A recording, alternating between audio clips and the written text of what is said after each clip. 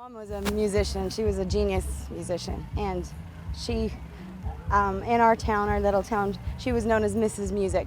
Everybody loved her. She was like the music teacher for as long as I can ever remember. And so when I was born into music, and the minute that we were big enough to sit up to the piano, my mom would put her kids. Like the minute we were big enough to sit in a high chair, I mean, then she'd put us in a high chair and then sit us up to the piano. That's just how it was. That's just how we were raised. So I don't even remember the first time that I performed. I was 2 years old. So my whole life I've been doing music. So and then I basically started writing music when I was I think I was 8 years old. I was 8 years old the first time I ever wrote a song. I've written music on the guitar and on the bass.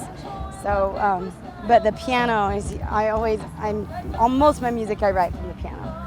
And even when I'm performing, this is how I used to practice too, because before I was ever able to do anything like this, I feel like that I practiced to be here, to be in front of the audiences, to share my music. And the way I did it was I would sit in my little living room with my grand piano, and I just pictured myself on stage, and I performed. When I was born, it was like literally like everybody would.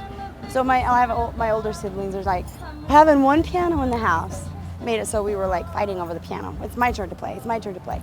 And whoever got done with their job first gets to play. You know, that was what we did growing up. So when I started teaching piano, you know, around age 16, 17, I remember some parents come over and they're like, how do you get the kids to practice? What do you say we should do? And I'm like, they have no hard time practicing. Like, we would fight over the piano. I don't know what the problem is. But yeah, I remember like when I was growing up, my mom had 3 pianos, and we had a little house, but there was an upright grand piano, and then a grand piano in the middle, and then a digital keyboard on that side, all full-size pianos. So there was it was more like, and then, that was the other thing. All around the edges were guitars, like electric guitars, basses, a drum set. And that was my house growing up. Like, we had constant music happening. I was on stage my whole life because my mom was always doing music. There was always some kind of a recital, always some kind of a performance.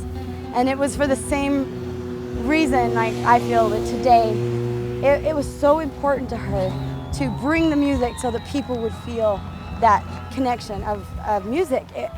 And she would always talk to people, and people were like, I wish I could sing like you can sing. And she said, can imagine, and she'd quote this thing that she had hanging on her wall, the fields would soon grow silent if the only birds that sang there were the birds who sang best.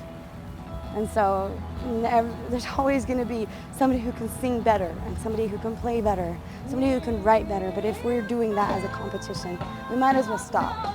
Because if we're bringing music, the only idea is to bring music because we're best. We'll never go anywhere. That's not the intention.